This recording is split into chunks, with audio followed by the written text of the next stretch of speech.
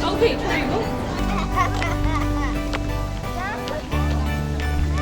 It almost looks like summer already. It looks like people are playing scavenger hunt and stuff outside too. And what's going on today? I guess I was interested in reading this one. It dealt with that other story I read before where apparently in Florida they're banning, for example, police to use things like Chinese-made drones. And I'm wondering, what are they going to do with all that inventory? Are they going to replace them? This one says lawmakers offer $25 million for police to replace drones banned by DeSantis. State lawmakers are assigning $25 million to help police replace their aerial drone fleets after Governor Ron DeSantis' administration forced local governments this year to stop using drones made in China. So this wouldn't just be DJI, like I said yesterday too, with that new Autel drone that would technically mean Autel as well. Under an agreement reached by lawmakers and the DeSantis administration this week, police could apply for funding to replace their Chinese-made drones. The Chinese-made drones would then be turned over to the Florida Center for Cybersecurity at the University of South Florida to analyze what security risk, if any, they pose.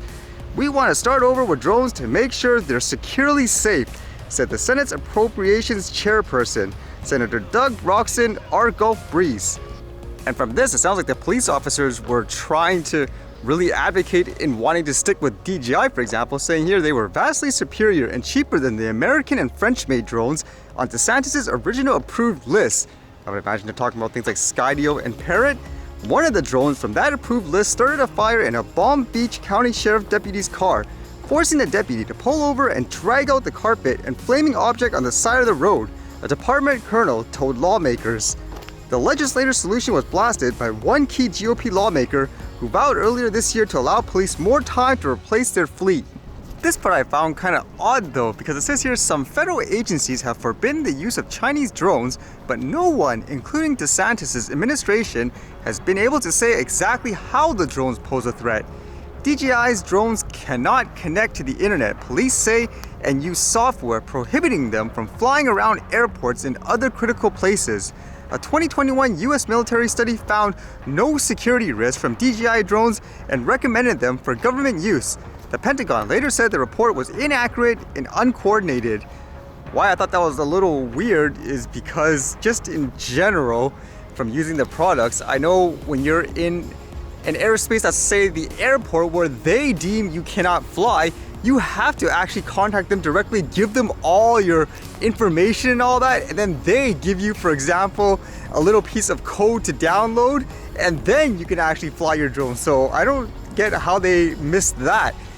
As well, you have to think of the whole system that you're using, not just like the hardware. How about things like the app? Because even for someone like me who read the news and all that, I've been reading how a lot of people have been trying to scrutinize the app. A lot of people would say, okay, that's where they think all the data and stuff is phoning home all the time, even when you're not using it, so to speak. Like that's what you have to do your research on. I believe, for example, when they had that Parrot release, if you guys remember, that's one of the things they kind of attacked DJI on in terms of their software security to, I guess, say if you're a government official, you should use their drones. But just in my mind, there was such basic information like this. I don't know why they're avoiding that. I would imagine if you're a police officer and so forth, you should be even more, I guess, in tune with this stuff. That's one thing I never got, where when they say, for example, you don't have to connect to the internet and so forth, again, how do you actually fly in, say, a restricted airspace per se without giving your personal information to DJI and downloading all that material? Although they do say too, in terms of people wanting to use, let's just say, only US made drones or something like that, they do say here when it comes to drone providers like Skydio, lobbyists for Skydio met with DeSantis administration officials in 2021, records show. Did they have some kind of influence? I wouldn't doubt it. That's how the lobbyist works, I guess, huh? It goes either way within, I guess, recreational, commercial sector or whatever. I guess whoever has the influence within the body of government, so to speak, usually gets what they want. At the same time, again, it'd be interesting if these police officers actually responded to people like Parrot and what they said in their research and all that, or all the other ones I've read online before in terms of things like the app and all that too. And then how about this one? This one says Nokia unveils first CE certified 5G automated drone in a box solution for secure, reliable public sector and industrial operations. Will people actually use these types of drones? It says Nokia first to offer CE certified turnkey automated drone solution connected over 4G LTE and 5G, including drones with dual gimbal camera, docking station, and edge data processing. And it says here the solution is manufactured in Europe and compromises Nokia Drone's docking station, dual gimbal camera, and edge cloud processing using Nokia MX Industrial Edge. So that alone, like with the previous story, it makes you wonder if more places would adopt, I guess, their product and tech with all, I guess, that anti-Chinese drone manufacturer type of mentality in a lot of places. It says the Nokia drone solutions can be operated remotely for search and rescue activities and to assess damage in a hazardous environment. Nokia drones can also be programmed to manage autonomous scheduled flights for applications like additional security at large events or to manage regular remote equipment inspections. I'm still wondering too, with all these drone-in-the-box solutions, what does it mean for everyone else? For example, when it comes to being able to fly in a certain place, can you just dump this box, for example, and there's your cool police officer? Same thing with the inspection sites. Do you no longer need people with super expensive certification and all that? It'd be interesting to see how that works in that aspect.